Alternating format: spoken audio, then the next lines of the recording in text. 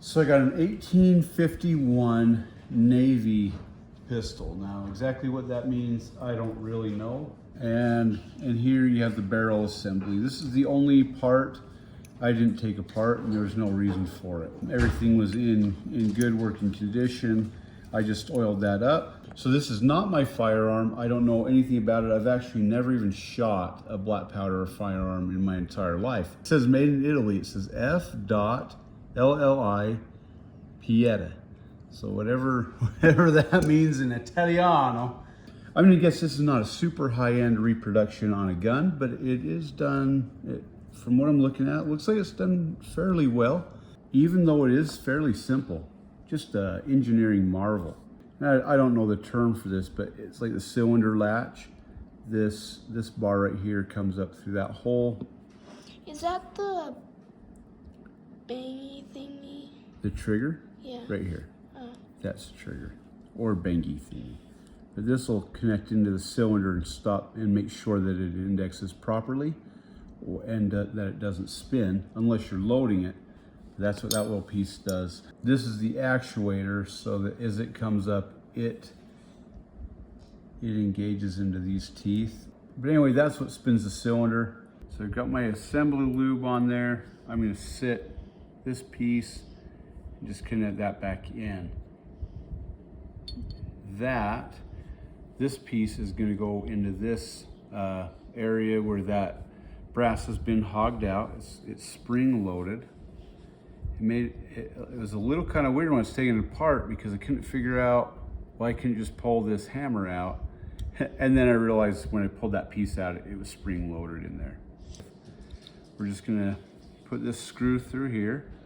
I learned this trick with the assembly lube from my good buddy from Stewart County Ballistics. I don't know if anybody remembers him.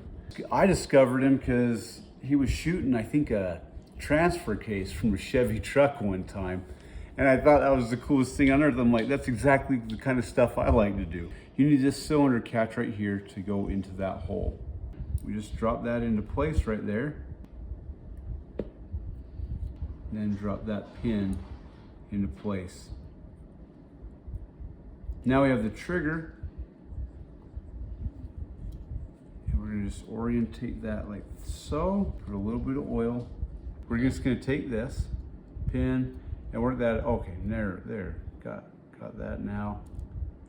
And just hand tighten these screws a little bit. We got this spring, and what it does is it creates tension on the trigger so that the trigger will pull forward. And this engages into the trigger. There's a little bird's mouth there. And then this side of the spring with this divot pushes down on that dilly whopper, and that's what helps push that up so that it will catch the cylinder. Just put that in place.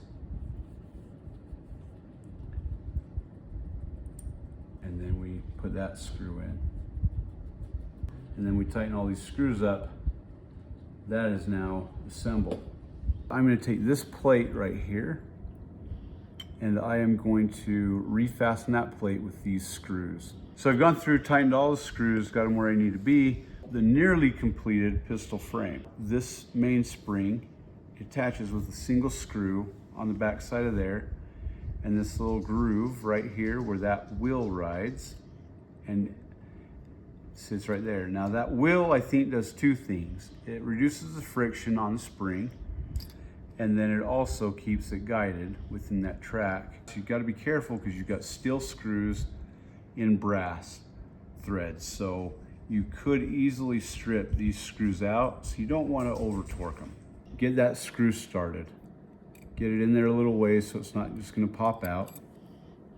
But all you've got to do, it's really not a heavy spring, just bend that and get it into place right there. That's all you got to do. Now we can tighten this up with it in place. That'll increase the spring tension on this and get it exactly where it needs to be. Now we're going to take the wood handle. We just slide that over. And then you put that, I think, that middle thing right there. How did you know? Because it looked like it. I was You're right. thinking about it. So that comes around, completes the frame, holds in the grip. So we put that together, and then I'm gonna drop these 2 screws in here and a 3rd one into here. But we wanna just make sure that that's nice and lubricated. And then we take the barrel and we just, there's a hole right here and then a slot for the wedge. You just push this in. You see here as well, you have 2 witness pins right there. Those go in, that keeps the barrel from spinning. This wedge has a spring right here that goes up and has a little lip on this end. So this wedge goes in, starts in through this side that has a screw on it. That spring up.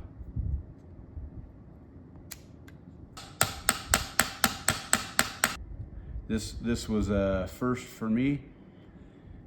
Keep your stick on the ice. All right, Bluefish, before we get putting this thing back together, you wanted to show us something. It's my new book, Homemade Spells and Potions and Poison, and it's top secret. Oh my goodness.